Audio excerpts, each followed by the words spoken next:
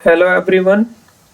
हम पढ़ रहे हैं बायोलॉजी में क्लास 12th का चैप्टर नंबर 3 ह्यूमन रिप्रोडक्शन। ठीक है ना।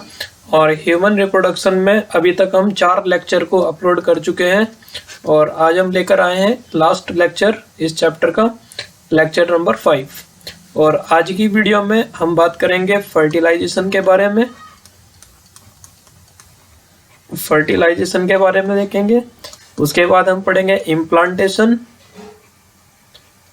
ठीक है, इम्प्लांटेशन के बाद एम्ब्रियोनिक डेवलपमेंट। एम्ब्रियोनिक डेवलपमेंट, फिर उसके बाद हम पढ़ेंगे पार्चुरेशन, और पार्चुरेशन के बाद हम पढ़ेंगे लैक्टेशन। ठीक है ना। तो ये सब टॉपिक हम आज की वीडियो में कवर करेंगे। तो चलिए स्टार्ट करते हैं आज की वीडियो। तो चलिए स्टार्ट करते हैं। देखिए, एक डायग्राम दिखाया गया है आपको यहाँ पर। तो इस डायग्राम में हमको क्या चीज़ दिखाई गई है, तो यहाँ पर हमको इंसेमिनेशन के बारे में दिखाया गया है। आप देखिए, ये यहाँ पर वेजाइना के अंदर, ठीक है ना, पेनिस की एंट्री को दिखाया गया है। ठीक है ना, ये पेनिस है। ठीक है ना।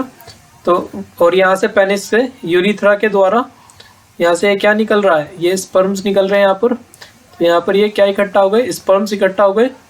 तो जब वजाइना के अंदर पेनिस के द्वारा स्पर्म्स को रिलीज किया जाता है, तो इस प्रोसेस को हम क्या बोलते हैं, इंसेमिनेशन।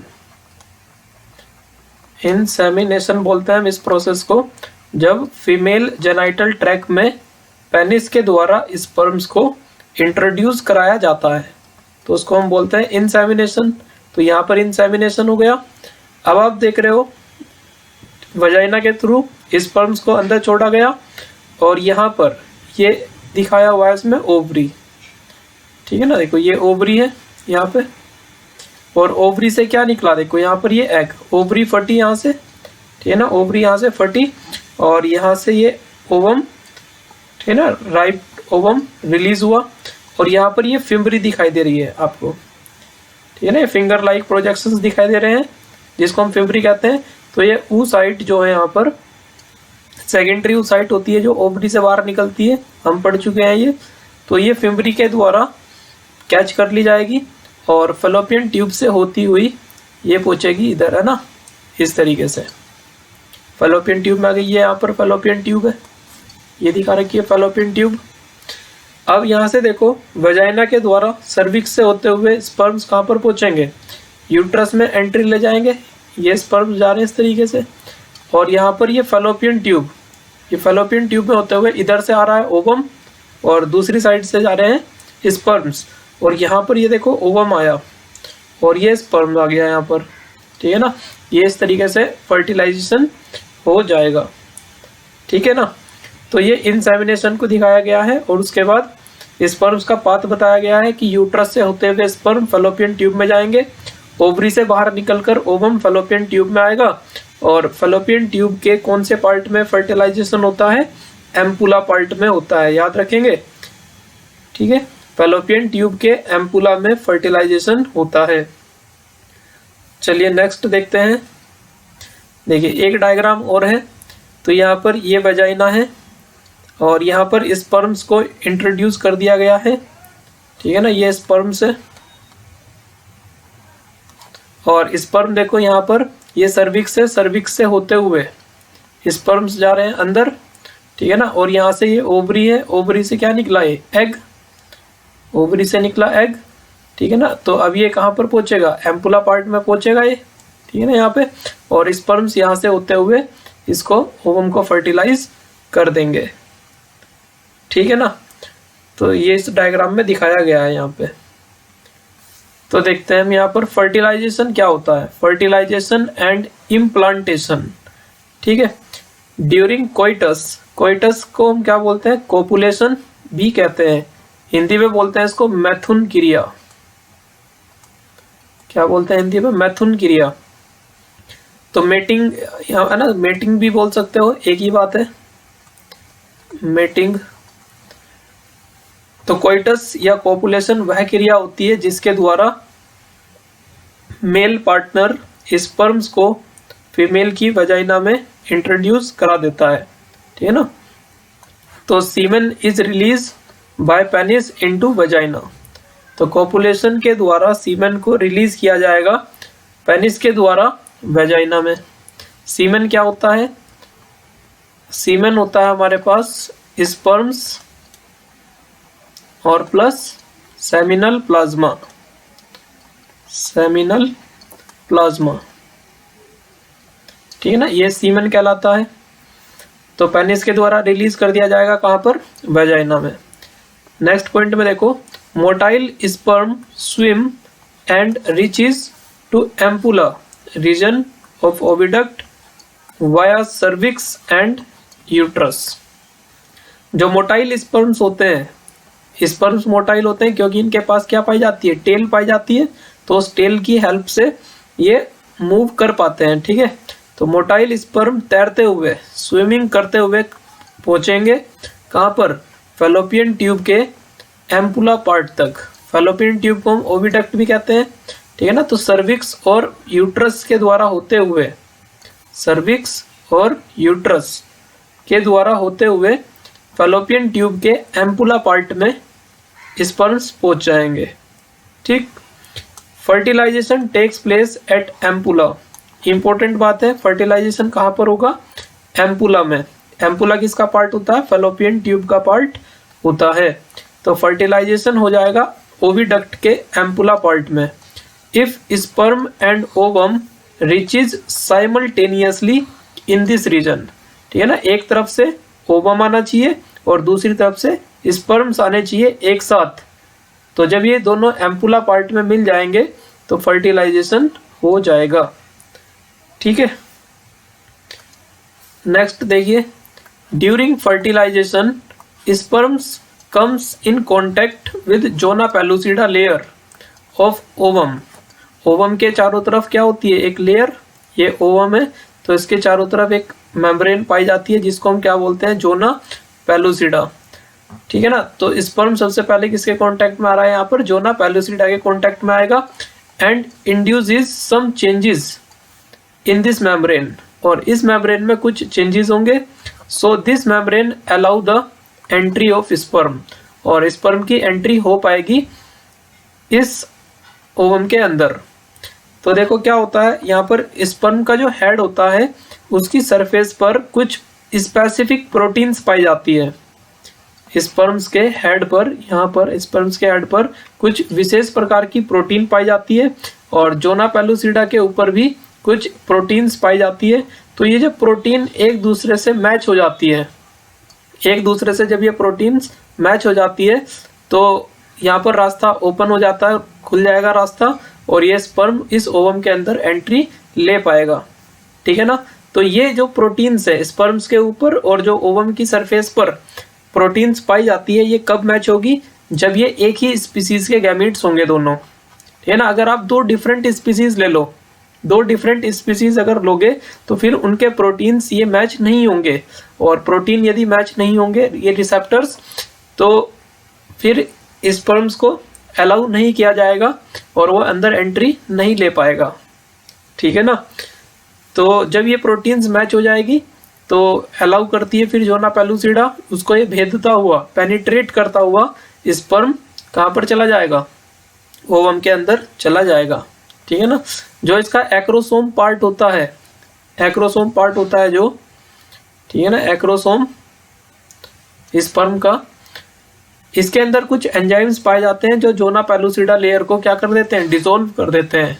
जैसे कि मैंने आपको बताया था एक एंजाइम एक्रोसोम के अंदर जो पाया जाता है, हेलुरोनाइडेज नाम का एंजाइम होता है, ठीक है ना, जिसकी हेल्प से ये एंट्री ले पाते हैं अंदर।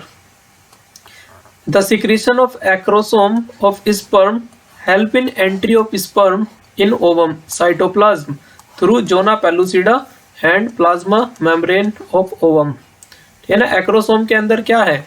कुछ एंजाइम्स है, तो जो एंजाइम्स हैं, ठीक है ना, वो हेल्प करते हैं स्पर्म की एंट्री करवाने के लिए ओवम के अंदर, ठीक है ना। ओवम के साइटोप्लाज्म में जाना है ओवम के पास क्या है, अपना ओवम के पास एक न्यूक्लियस होगा और स्पर्म के पास एक न्यूक्लियस है, ठीक है ना। हेड पार्ट में न्यूक्लियस होता है स्पर्म का। तो ये दोनों न्यूक्लियस फ्यूज होंगे कब, जब ये स्पर्म इसके साइटोप्लाज्म में एंट्री लेगा, है ना। स्पर्म को ओवम के साइटोप्लाज्म में जाना है तो तब इनके न्यूक्लियस फ्यूज हो पाएंगे और जाइगोट की फॉर्मेशन होगी। तो एक्रोसोम का जो सिक्रीशन होता है वो हेल्प करेगा स्पर्म को ओवम के अंदर एंट्री लेने के लिए, ठीक है ना। जोना पेलुसिडा के द्वारा या जोना पेलुसिडा को पेनिट्रेट करते हुए स्पर्म ओवम के अंदर चले जाते हैं। नेक्स्ट देखो, entry of sperm also induce completion of meiosis first in secondary oocyte which results into formation of oocyte, या इसको हम ओवम भी कहेंगे, and second polar body.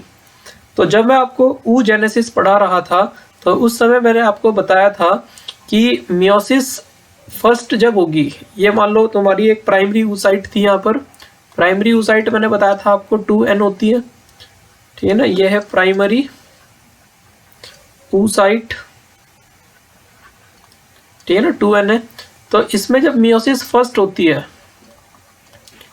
Meiosis first जब इसमें होगी तो दो अनइक्वल डिवीजन होते थे, एक बड़ी सेल बनती थी, एक छोटी सेल बनती थी, जिसको हम बोलते थे फर्स्ट पोलर बॉडी।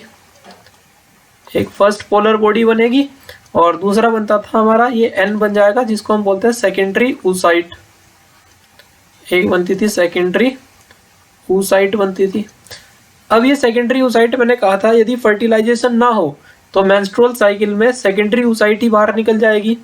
लेकिन अब ये मियोसिस सेकंड कब करेगी, जब स्पर्म आएगा। जैसे ही इस सेकेंडरी oocyte के साइटोप्लाज्म में स्पर्म की एंट्री होगी, जैसे ही स्पर्म की एंट्री होगी इसमें, तो ये मियोसिस सेकंड तुरंत कंप्लीट करेगा। मियोसिस सेकंड कंप्लीट होगी और यहाँ पर एक सेल और बनेगी और दूसरी क्या बनेगा, एक सेकंड पोलर बॉडी बनेगी, सेकंड पोलर बॉडी बनेगी और इसको हम बोलेंगे oocyte या फिर इसको हम कहेंगे ओवम, ठीक है ना। और जैसे ही दोनों के न्यूक्लियस फ्यूज हो जाएंगे तो ये ओवम तुरंत कन्वर्ट किस में हो जाएगा, जाइगोट में कन्वर्ट हो जाएगा, ठीक है ना। तो ये चीज मैं आपको बता चुका हूँ oogenesis पढ़ाते समय। तो देखो एक बार और पढ़ लेते हैं इस पॉइंट को। Entry of sperm also induces completion of meiosis second. जैसे ही स्पर्म की एंट्री होगी वैसे ही क्या कंप्लीट होगा, मियोसिस सेकंड कंप्लीट होगा सेकेंडरी oocyte के अंदर, और क्या बनेगा, ओवम बनेगा, ओवम की फॉर्मेशन होगी और एक सेकंड पोलर बॉडी यहाँ पर बन जाएगी, ठीक है। The haploid sperm is fuse with haploid ovum, ठीक है ना। ओवम कैसा है, ओवम तो गैमीट है ना भाई, ये n है ओवम, और जो स्पर्म है तुम्हारा वो भी n है, और जब ये n आपस में मिल जाएंगे तो रिजल्ट क्या होगा, डिप्लॉइड जाइगोट बन जाएगा। और डिप्लॉइड को हम कैसे लिखते हैं, 2n, और 2n का मतलब कितने क्रोमोसोम होंगे, 46 क्रोमोसोम होंगे, 46 क्रोमोसोम होंगे, ठीक है। तो जाइगोट की फॉर्मेशन हो चुकी है। अब देखो क्लीवेज क्या होता है। तो जाइगोट के अंदर माइटोसिस होगी, जो माइटोटिक डिवीजन होते हैं जाइगोट के अंदर, उसी को हम क्या बोलते हैं, क्लीवेज। तो क्लीवेज कुछ नहीं है, माइटोटिक डिवीजन है, माइटोटिक डिवीजन कहां पर, जाइगोट में। तो पहला पॉइंट यही लिखा हुआ है यहाँ पर, आप देख सकते हो, it is mitotic division in zygote and it start when zygote reaches in isthmus of oviduct during its movement toward uterus। अब जो जाइगोट है, क्योंकि फर्टिलाइजेशन कहाँ पर हुआ है, एम्पुला पार्ट में, अब ये एम्पुला से कहाँ पर आएगा, स्थमस में, और स्थमस से फिर ये यूट्रस में आएगा। तो जब जाइगोट बना, जाइगोट कितनी सेल का है, एक सेल का। मान लो ये जाइगोट है हमारे पास, ठीक है ना, जाइगोट बन गया एक सेल का। अब ये लगातार डिवाइड करता रहेगा इस तरीके से, इसके अंदर कितनी सेल बन जाएगी, 2 सेल बन जाएगी, इस तरीके से 2 सेल का बन जाएगा। फिर उसके बाद ये 4 सेल का बन जाएगा, इस तरीके से बना लेते हैं, 1 2 3 4 4 सेल। उसके बाद ये 8 सेल का बन जाएगा, इस तरीके से 1 2 3 4 5 6 7 8, 8 के बाद कितनी सेल आएगी, अब लिख देता हूं मैं 16 सेल आएगी। तो जब जाइगोट 8 से लेकर 16 सेल का होता है तो उसको हम बोलते हैं मोरूला स्टेज, ठीक है ना। और फिर ये 16 सेल से कितनी सेल का हो जाएगा, 32 सेल का हो जाएगा। जब 32 सेल का होगा तो उसको हम बोलते हैं ब्लास्टोसिस्ट, और ये ब्लास्टोसिस्ट इम्प्लांट हो जाएगा एंडोमेट्रियम में। जो यूट्रस की इनर मोस्ट लेयर होती है उसको हम एंडोमेट्रियम कहते हैं। तो ब्लास्टोसिस्ट इम्प्लांट हो जाता है वहां पर, ठीक है। तो क्लीवेज क्या है, क्लीवेज होता है माइटोटिक डिवीजन जाइगोट के अंदर, ठीक है ना।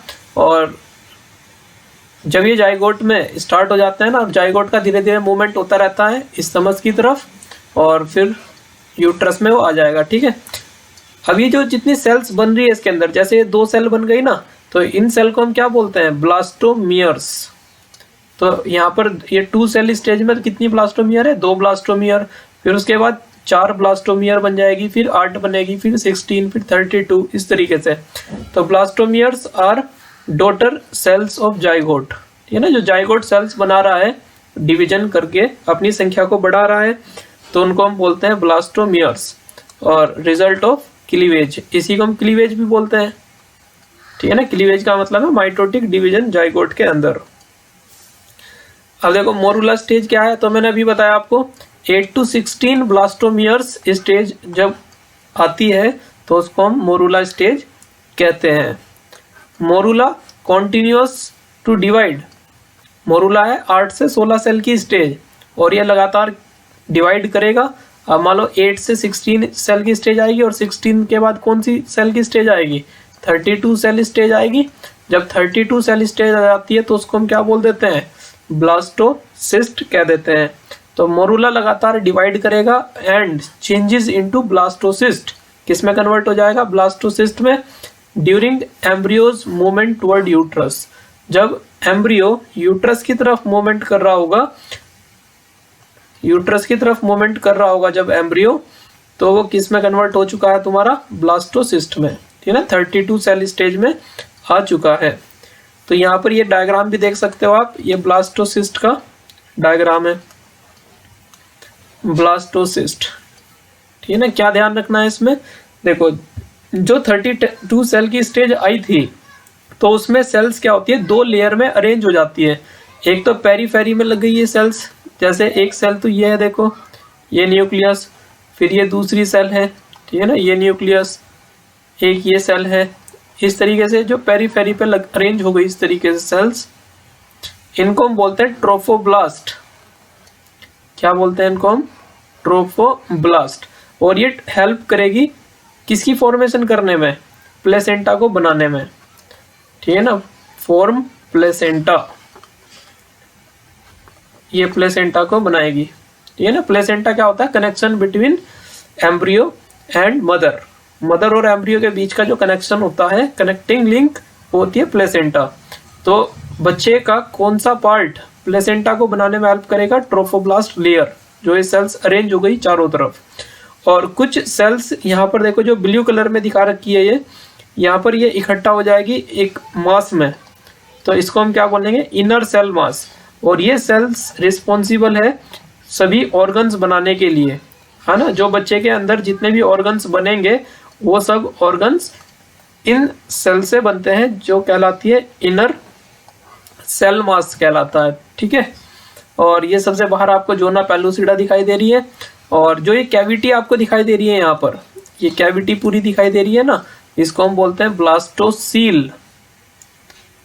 तो ब्लास्टोसिस्ट के स्ट्रक्चर में क्या है, 2 लेयर्स आप याद रखो, एक ट्रोफोब्लास्ट है और कुछ सेल बीच में जो इकट्ठा हो गई है यहाँ पर, उनको इनर सेल मास कहते हैं।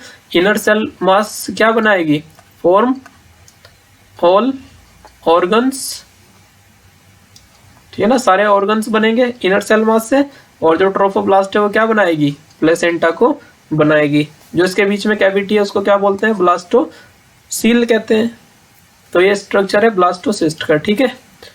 नेक्स्ट देखिए ब्लास्टोसिस्ट, देखो क्या है, इसको पढ़ लेते हैं एक बार।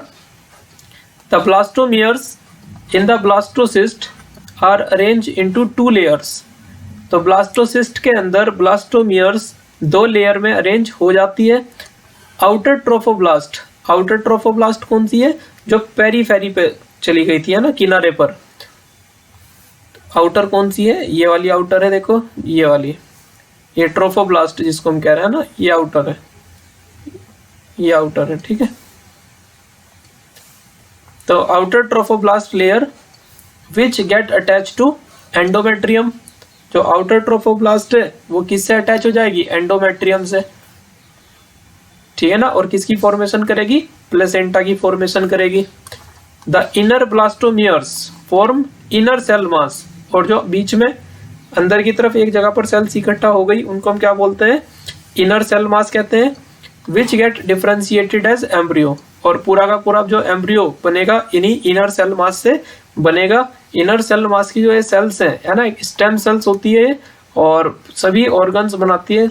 ऑल ऑर्गन्स यहीं से बनेंगे इनर सेल मास से, ठीक है। आफ्टर अटैचमेंट इन यूट्रस, जब यूट्रस में अटैचमेंट हो जाएगा तो uterine cell divide rapidly and cover the blastocyst completely.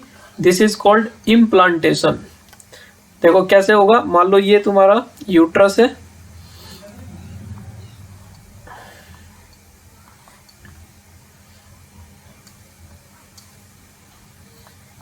ठीक है ना, ये यूट्रस है, यहाँ पे ये एंडोमेट्रियम बना रहा हूं मैं, ठीक है ना।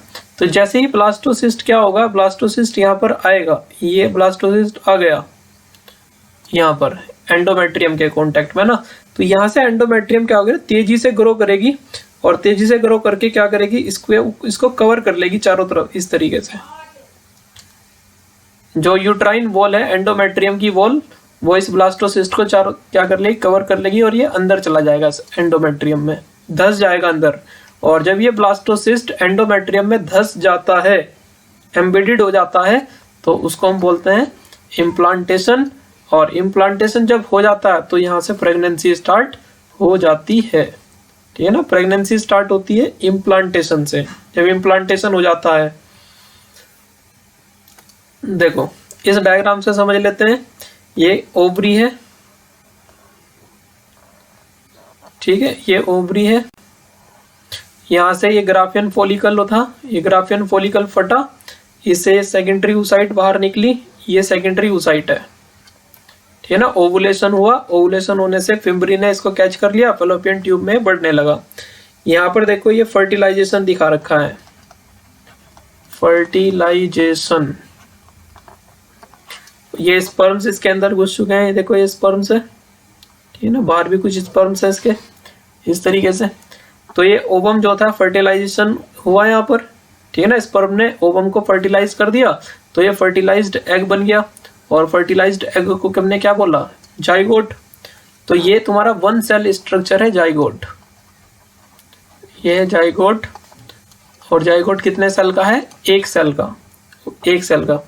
अब इसमें होगा यहाँ पर देखो फर्स्ट क्लीवेज, जब इसमें फर्स्ट क्लीवेज होगी तो कितनी सेल की स्टेज बन जाएगी? 2 सेल की। ये देखो 1 सेल ये रही, 1 सेल ये रही, तो आपका कितने सेल का यहाँ पर जाइगोट बन गया? 2 सेल का, फर्स्ट क्लीवेज होने से। उसके बाद 4 सेल स्टेज आई, ये 4 सेल स्टेज है। उसके बाद 8 सेल स्टेज आ रही है, ठीक है ना, जिसको हम क्या बोलते हैं? मोरूला स्टेज बोलते हैं।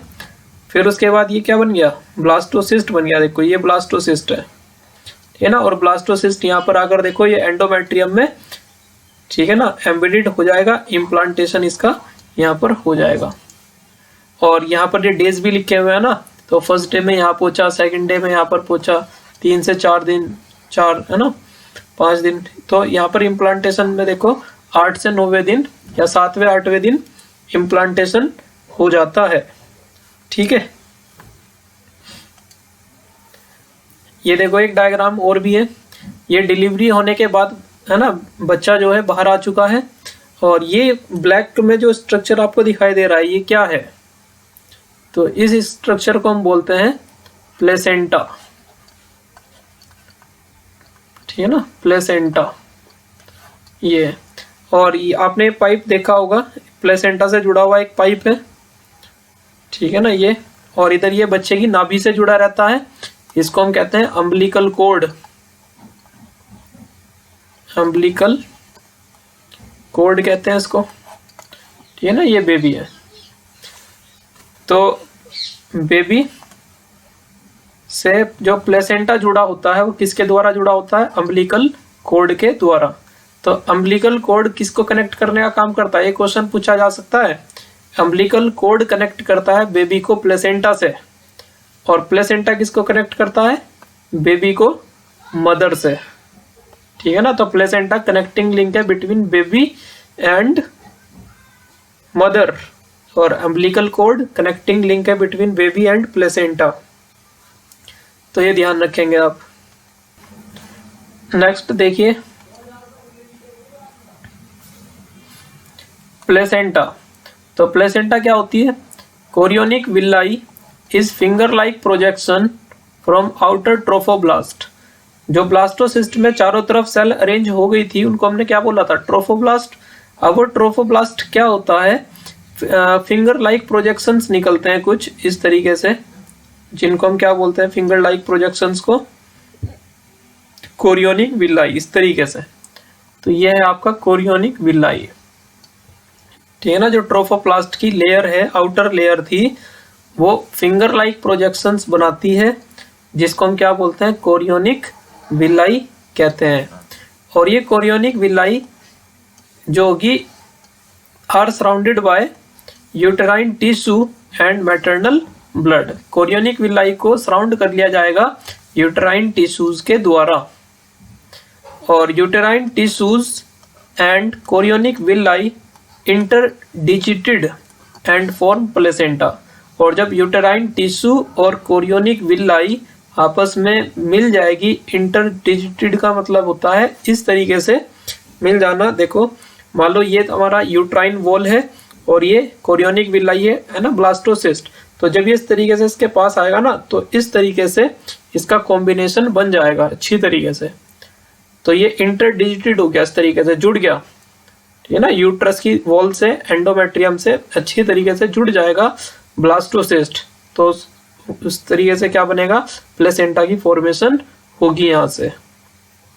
तो प्लेसेंटा किससे बनती है, क्वेश्चन पूछा जा सकता है। तो मदर का कौन सा पार्ट यूज होता है प्लेसेंटा को बनाने के लिए, यूटेराइन टिश्यू, और बच्चे का कौन सा पार्ट यूज होता है, कोरियोनिक विल्लाई, जो कि आउटर ट्रोफोब्लास्ट से फिंगर लाइक प्रोजेक्शंस निकलते हैं।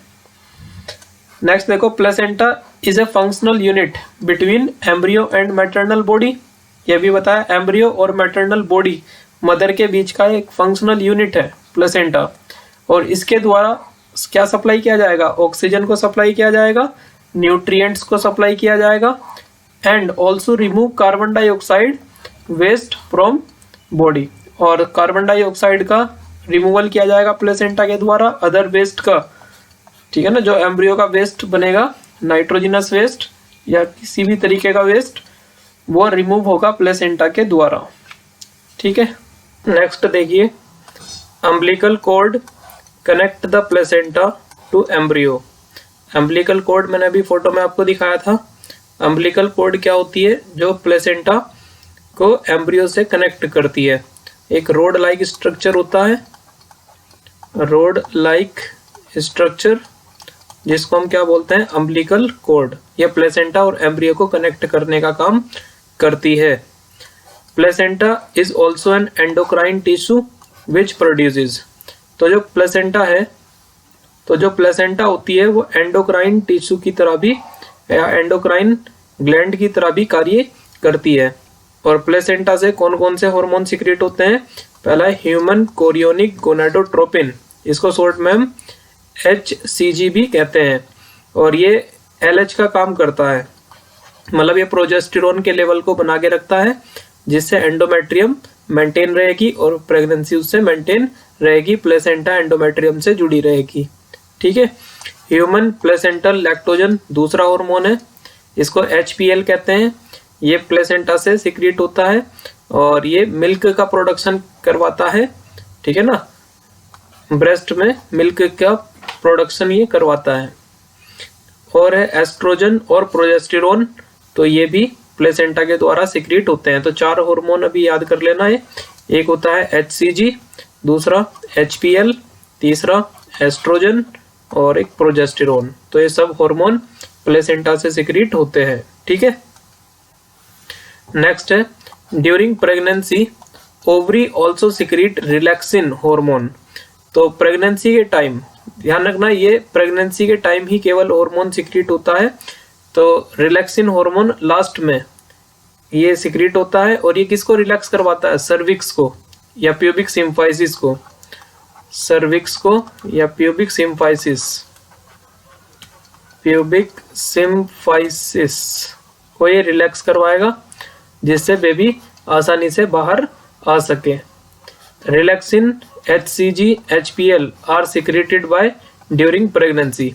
ये 3 हार्मोन ऐसे हैं जो केवल प्रेगनेंसी के टाइम पर सिक्रीट होते हैं, क्योंकि रिलैक्सिन हार्मोन ये ओवरी से सिक्रीट हो रहा है। कब सिक्रीट होगा? ये जब प्रेगनेंसी होगी तब। और HCG और HPL ये तो प्लेसेंटा के द्वारा सिक्रीट होने वाले हार्मोन है, और प्लेसेंटा तो बनेगी तभी जब प्रेगनेंसी होगी। ठीक है ना, तो ये सिक्रेटेड होते हैं during pregnancy. Several other hormones level like estrogen, progesterone, cortisol, prolactin, thyroxine in body increase many fold to support the fetal growth and pregnancy. Fetus की ग्रोथ के लिए और प्रेगनेंसी को मेंटेन करने के लिए कई सारे हार्मोन होते हैं जिनका लेवल ब्लड के अंदर बढ़ जाता है। जैसे एस्ट्रोजन, प्रोजेस्टेरोन तो है ही है, बाकी कोर्टिसोल हार्मोन कहाँ से सिक्रीट होता है? एड्रिनल ग्लैंड से, एड्रिनल ग्लैंड से सिक्रीट होता है हार्मोन कोर्टिसोल। प्रोलैक्टिन हार्मोन ये सिक्रीट होता है पिट्यूटरी ग्लैंड से।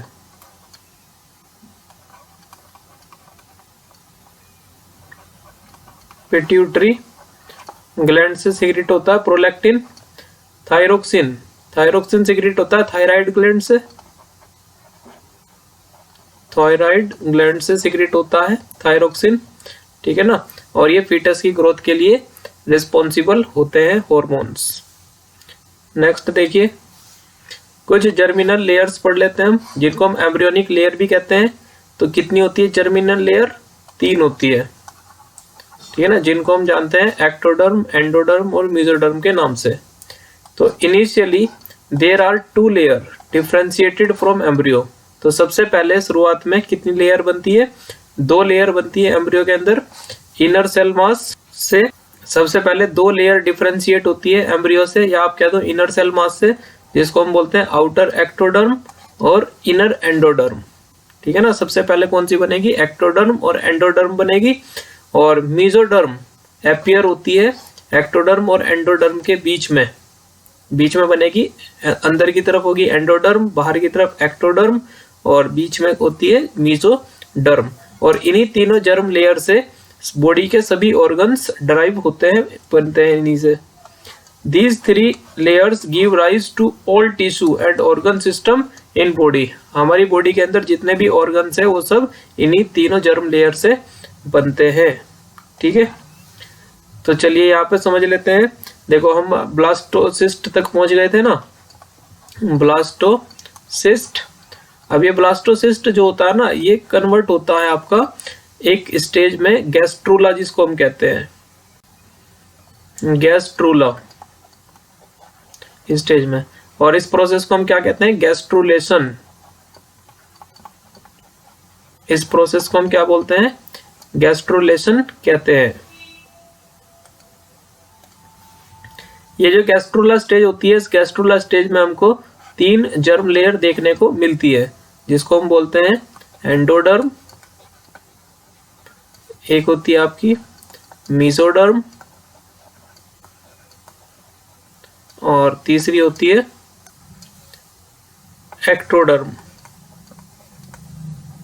ठीक है ना, 3 जर्म लेयर हमको देखने को मिलती है गैस्ट्रूला स्टेज में, और इन्हीं तीनों जर्म लेयर से सभी ऑर्गन बॉडी के ड्राइव होते हैं।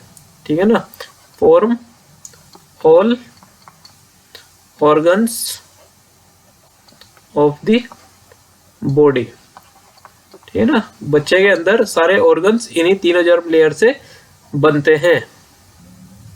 देखिए इन जर्म लेयर्स को हम समझते हैं एक डायग्राम से। ये डायग्राम समझिए। तो इसमें हम बता रहे हैं आपको एक्स्ट्रा एम्ब्रियोनिक लेयर के बारे में। इस डायग्राम में हम देखेंगे एक्स्ट्रा एम्ब्रियोनिक लेयर, ठीक है ना। तो एक्स्ट्रा एम्ब्रियोनिक लेयर्स कितनी होती है? 4 होती है। तो 4 कौन कौन सी है? यहाँ पर देखो, एक तो होती है हमारे पास एमनियोन, पहली जर्म लेयर। दूसरी होती है हमारे पास एक कोरियोन, ठीक है ना, दूसरी हो गई कोरियोन। एक होता है हमारे पास योक्सेक, तीसरा है योक्सेक। और एक होता है हमारे पास एलेंटोइस, ठीक है ना, चौथे नंबर का ये है एलेंटोइस। इनका फंक्शन क्या क्या होता है?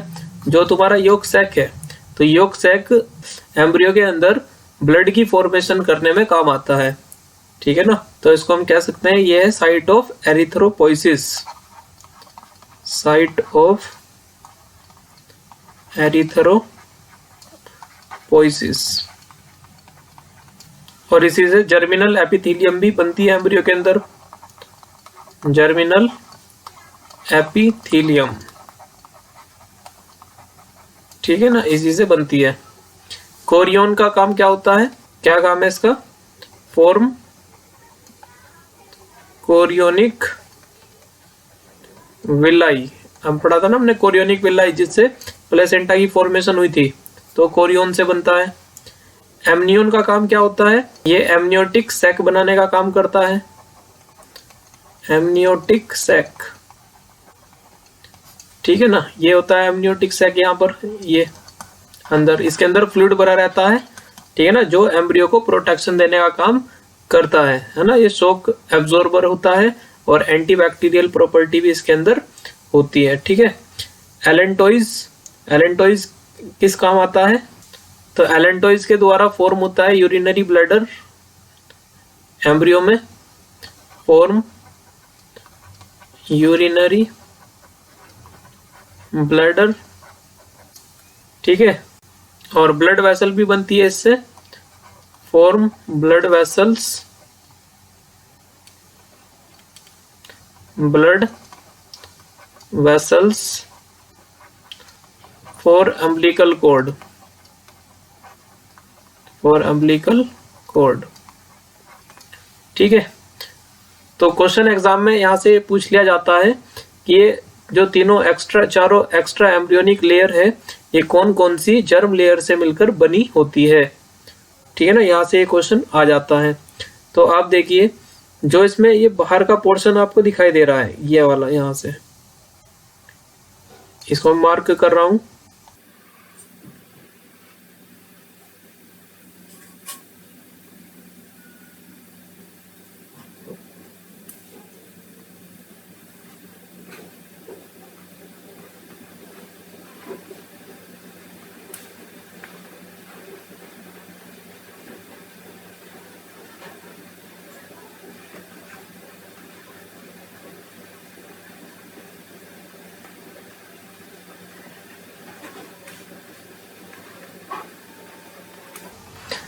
तो ये जितना मैंने रेड से मार्क करा है, ठीक है ना, इसको हम क्या कहेंगे? ये है हमारी एक्टोडर्म।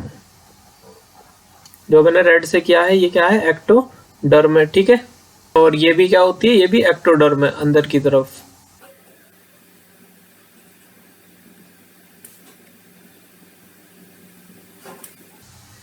ये भी एक्टोडर्म है, ठीक है।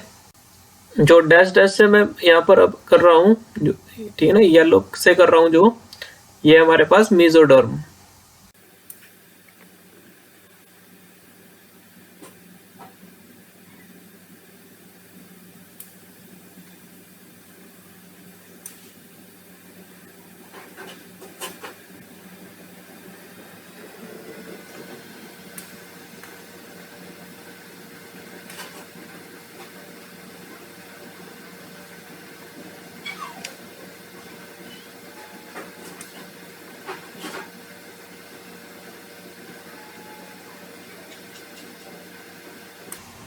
ठीक है ना, जो हमने येलो से करी है, ये है हमारी मेसोडर्म। और एंडोडर्म कहाँ पर है? तो दूसरे कलर से कर देता हूँ। ये देखिए, ये है एंडोडर्म यहाँ पर, ये अंदर की तरफ।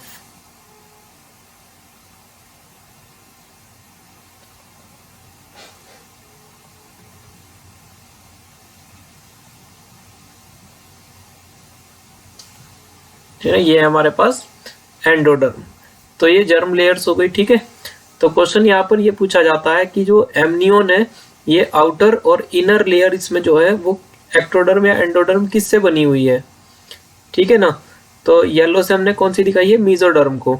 तो देखो इसकी जो आउटर है वो तो मीजोडर्म है, और जो मैंने रेड से दिखाई है वो कौन सी है, एक्टोडर्म। तो इनर हो गई इसकी एंडोडर्म। तो यहाँ हम लिख सकते हैं आउटर लेयर कौन सी होती है इसकी, आउटर हो गई आपकी, येलो से मैंने बनाई है, और येलो का मतलब मीजोडर्म। तो आउटर हो गई इसकी मीजोडर्म, और इनर कौन सी है, एमनियोन की जो इनर लेयर है वो बनी किससे है, रेड से बनाई है ना, रेड है एक्टोडर्म, एक्टोडर्म। ठीक है, फिर आप देखो योक सैक की जो आउटर है वो किससे मिलकर बनी है, तो ये है तुम्हारा योक सैक। मैंने पहले बनाई है येलो से, तो येलो कैसी है, मीजोडर्म। तो मीजो आउटर है इसकी मीजो, और इनर बताओ, इनर क्या है, इनर मैंने बनाई है ब्लू से, तो ब्लू है आपकी एंडोडर्म। ठीक है ना, एंडो। एलेंटोइस की बताओ आउटर, आउटर लेयर इसकी बनी है, ये देखो येलो से बनाई है बाहर, तो येलो से हो गई मीजो, और इनर बताइए, इनर हो गई आपकी एंडो। और आपका कोरियोन रह गया। ठीक है, कोरियोन देखो आउटर, कोरियोन की आउटर की क्या है, आपका रेड से बनाया है, तो रेड है एक्टोडर्म। और इनर बताओ, इनर देखो येलो से बनाया गया है, मतलब मीजोडर्म से ड्राइव हुई है कोरियोन। ठीक है, तो ये क्वेश्चन पूछा जाता है यहाँ पर एमनियोन, कोरियोन, योक्सैक और एलेंटोइस से कि कौन कौन सी जर्म लेयर से आउटर लेयर और इनर लेयर इनकी बनी हुई है। ठीक है ना, तो बस यहाँ से यही क्वेश्चन आ सकता है, इसको आप याद कर लेना। नेक्स्ट देखें, देखो स्टेम सेल्स क्या होती है, stem cells are cells from inner cell mass. तो इनर सेल मास में कुछ सेल्स पाई जाती है जिसको हम क्या बोलते हैं, स्टेम सेल्स बोलते हैं। Which has capability to give rise to all tissues and organ. तो स्टेम सेल्स क्या होती है, स्टेम सेल्स ऐसी सेल्स होती है जिनके अंदर कैपेबिलिटी होती है सभी टिश्यूज को और सभी ऑर्गन्स को बनाने की। ठीक है, gestation period is average pregnancy period. Gestation period होता है ह्यूमंस में 9 मंथ का, जिसके अंदर एम्ब्रियो का डेवलपमेंट होता है, तो उसको हम गेस्टेशन पीरियड बोलते हैं। सबसे पहले अगर हम ऑर्गन्स की बात करें तो सबसे पहले कौन सा ऑर्गन बनता है, तो हार्ट बनता है सबसे पहले। ठीक है ना, जो कि 1 महीने बाद हम उसके स्टेथोस्कोप से सुन सकते हैं हार्ट बीट को।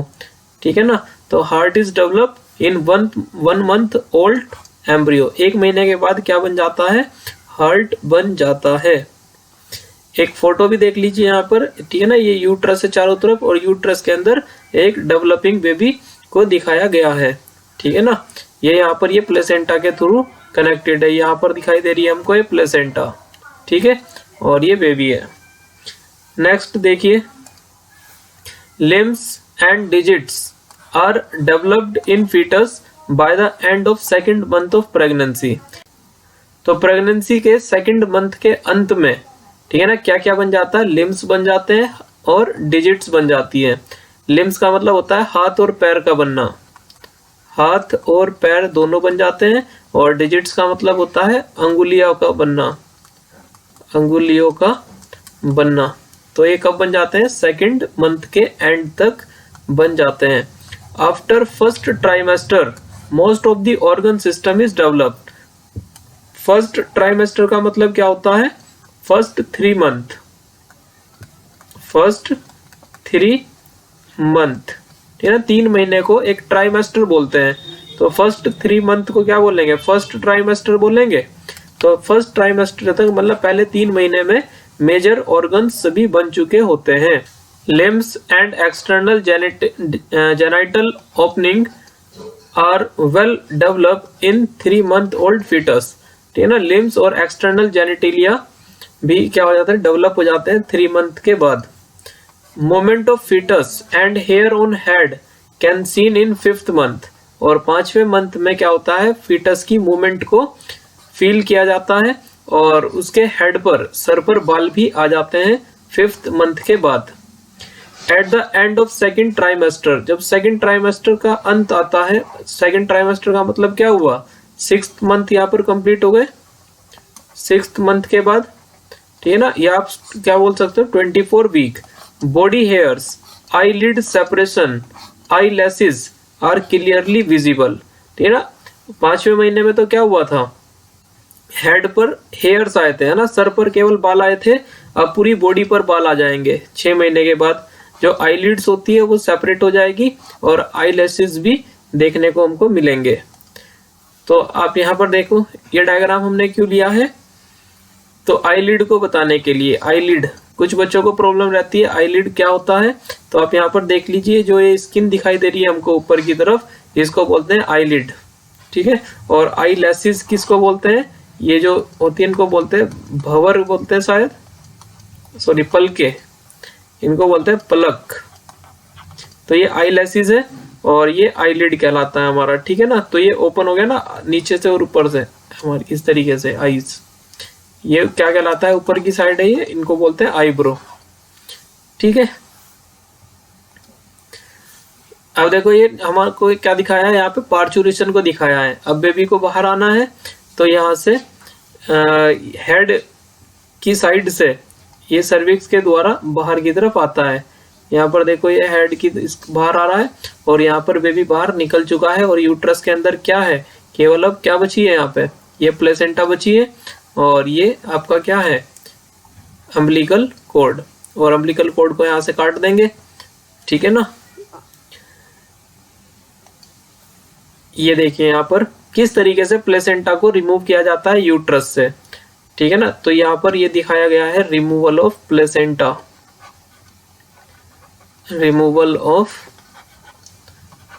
Placenta after parturition.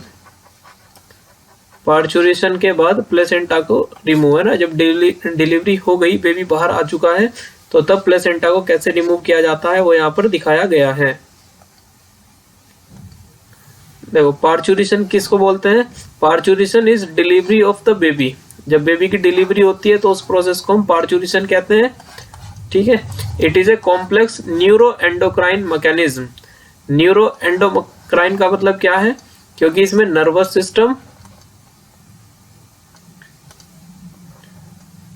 क्योंकि इसमें नर्वस सिस्टम और प्लस एंडोक्राइन सिस्टम, जो हॉर्मोन्स है ना वो वाले, जहां से हार्मोन सिक्रेट हो रहे हैं, एंडोक्राइन सिस्टम, तो दोनों सिस्टम इन्वॉल्व होते हैं, इसलिए इसको बोलते हैं न्यूरो एंडोक्राइन मैकेनिज्म होता है पार्चुरेशन। फीटल इजेक्शन रिफ्लेक्स किसको कहेंगे, it is a mild uterine contraction induced by placenta when fully developed fetus send signal for parturition. जब फीटस पूरा डेवलप हो जाता है तो वो सिग्नल भेजता है, ठीक है ना, बाहर आने के लिए।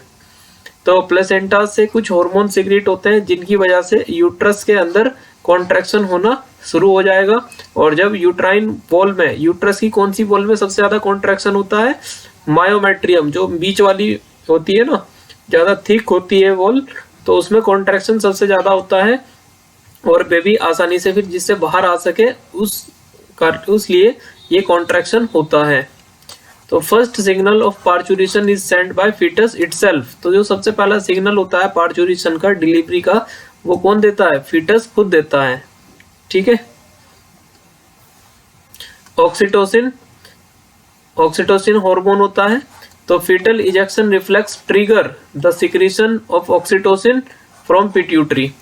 तो फीटल इजेक्शन रिफ्लेक्स का मतलब क्या है, बेबी का खुद कोशिश करना बाहर की तरफ आने की, या सिग्नल देना, है ना, फीटस खुद सिग्नल देता है ना पहला बाहर आने के लिए, तो वो एक ट्रिगर होता है। जब फीटल इजेक्शन रिफ्लेक्स होगा तो तब पिट्यूटरी से एक हार्मोन सिक्रीट होता है जिसका नाम है oxytocin hormone.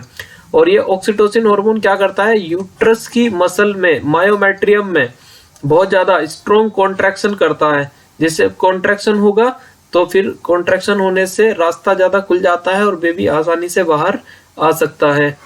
Finally result into expulsion of the baby through the birth canal. Birth canal क्या होती है, सर्विक्स और वजाइना, तो बाहर की तरफ। एक्सपल्सन का मतलब होता है बाहर आना, बाहर आना। तो जब ज्यादा से ज्यादा कॉन्ट्रैक्शन होगा यूट्रस की वॉल में तो उससे क्या होगा, बेबी बर्थ कैनाल के द्वारा बाहर आ जाएगा। After parturition placenta is also expelled out, और पार्चुरेशन के बाद प्लेसेंटा को भी बाहर निकाल दिया जाता है। अब क्या होगा, अब बच्चा बाहर आ जाएगा तो उसको दूध पीना है, तो उसको हम बोलते हैं लैक्टेशन। तो toward the end of pregnancy, pregnancy के जब एंड हो जाएगा, खत्म होगी, तो mammary gland start producing milk to feed the newborn, और मेमोरी ग्लैंड अब एक्टिव हो जाएगी, ठीक है ना। मेमोरी ग्लैंड के अंदर मिल्क का प्रोडक्शन कौन करवाता है, प्रोलैक्टिन। प्रोलैक्टिन हार्मोन जो होता है ये सिंथेसिस करेगा मिल्क की, इस हार्मोन की वजह से ही मिल्क सिक्रीट होता है ना। तो सिंथेसिस या formation of milk, formation of milk, और किस हार्मोन की वजह से मिल्क बाहर निकलेगा, लेट डाउन किसकी वजह से होगा, तो लेट डाउन होता है मतलब बाहर निकलता है जो मिल्क, वो निकलता है ऑक्सीटोसिन हार्मोन की वजह से। ऑक्सीटोसिन हार्मोन की वजह से बाहर निकलता है, ठीक है। कोलेस्ट्रम क्या होता है, फर्स्ट मदर मिल्क को कोलेस्ट्रम कहते हैं। The milk produced during a few initial days contain several antibodies which provide resistance to newborn baby. तो जो मिल्क प्रोड्यूस होता है कुछ इनिशियल डेज में, ठीक है ना, उसको हम कोलेस्ट्रम कहते हैं, और इसके अंदर एंटीबॉडीज होती है। और मेनली कौन सी एंटीबॉडी इसके अंदर होती है, IgA टाइप की एंटीबॉडी कोलेस्ट्रम के अंदर होती है, जो रेजिस्टेंस प्रोवाइड कराती है, ठीक है ना, माइक्रोब से। क्योंकि बच्चा अभी नया नया बाहर आया है तो उसका इम्यून सिस्टम अभी ज्यादा स्ट्रॉन्ग नहीं है, तो बाहर से कोई भी पैथोजन उसको बहुत आसानी से अफेक्ट कर सकता है। तो जो मदर मिल्क है उसके अंदर IgA टाइप की एंटीबॉडी होती है जो दी जाती है कोलेस्ट्रम के रूप में, मिल्क के रूप में। Breast feed is must for healthy growth of baby, और ब्रेस्ट मिल्क बहुत जरूरी होता है, ठीक है ना, बेबी की हेल्थ के लिए और उसकी ग्रोथ के लिए, ठीक है। और यहाँ पर देखो जो कोलेस्ट्रम है, कोलेस्ट्रम येलो कलर्ड मिल्क होता है, येलो कलर्ड मिल्क जिसको हम बोलते हैं कोलेस्ट्रम, ठीक है। और ये आपका नॉर्मल मिल्क है, व्हाइट। नॉर्मल कैसा होता है, व्हाइट होता है, लेकिन कोलेस्ट्रम येलो कलर्ड मिल्क होता है, ठीक है। तो उम्मीद है आपको ये चैप्टर समझ में आ चुका होगा। तो यहाँ पर हमारा चैप्टर कंप्लीट हो चुका है, ह्यूमन रिप्रोडक्शन, ठीक है। आप ये जितना भी स्लाइड में अभी तक हमने नोट्स दिखाए हैं, इन सभी नोट्स को अपनी कॉपी में लिख लीजिए, तभी आपको इस चैप्टर का फायदा होगा, ठीक है ना। 5 वीडियो लगी है इस चैप्टर को कंप्लीट करने के लिए।